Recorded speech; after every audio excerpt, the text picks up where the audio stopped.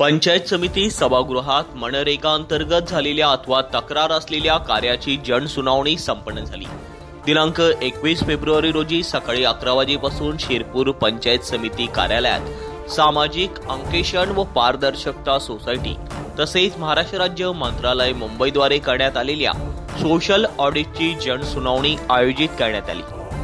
शिरपूर तालुक्यातील 118 ग्रामपंचायत कार्यक्षेत्रात एप्रिल 2022 ते मार्च 2023 कालावधीत तालुक्यात करण्यात आलेल्या महात्मा गांधी रोजगार हमी योजनेअंतर्गत करण्यात आलेल्या सिंचन विहिरी, वृक्ष लागवड, रोपवाटिका, घरकुल, फळबाग लागवड, रस्ते शिवार रस्ते, बांधण रस्ते, शौचालय आदी कामांचा लेखाजोखा सामाजिक अंकेक्षणाच्या माध्यमातून मास्टर तपासणी, कामांची तपासणी, मजुरांची विचारपूस करीत करण्यात आली। सदर सोशल ऑडिट हे दिनांक 18 फेब्रुवारी पर्यंत 4 टप्प्यात ग्रामसभेसह पूर्ण करण्यात आले।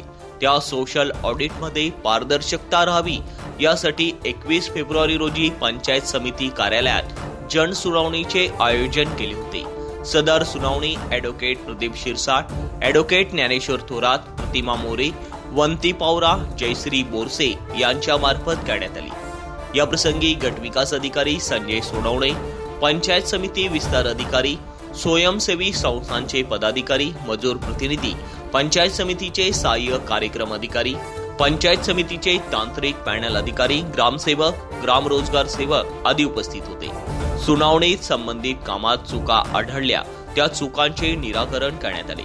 तसेच काही उणीवा आढळल्यास तालुक्याच्या ठिकाणी दुरुस्त करण्याचे किंवा दंड करून शिक्षा केली जाणार असल्याचे सांगण्यात आले।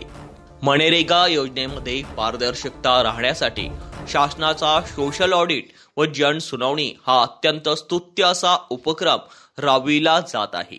सामाजिक अंकेक्षण पारदर्शक सोसायटी व महाराष्ट्र राज्य मंत्रालय यांच्यामार्फत घेण्यात आलेल्या सामाजिक अंकेक्षणच्या आज जनसुनावणी दरम्यान तक्रार निवारण प्राधिकारी म्हणून ॲडव्होकेट प्रदीप शिरसाट, मी ॲडव्होकेट ज्ञानेश्वर थोरात, वंती पावरा, प्रतिमा मोरे व जयश्री बोरसे काम पाहिले असता शिरपूर तालुक्यातील 118 ग्रामपंचायतीत सामाजिक अंकेक्षणचं काम झालंय।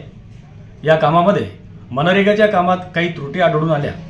या अहवाल पाहिले असता या दरम्यान संबंधित विभागांना ग्रामसेवक, ग्राम रोजगार यांना सूचना देण्यात आल्या की आपण केलेल्या काही कामांमध्ये ज्या त्रुटी आढळून आल्या असतील त्या त्रुटी पूर्ण करून घ्याव्यात व तसा अहवाल शासनास सादर करावा अशा सूचना देण्यात आल्या आहेत।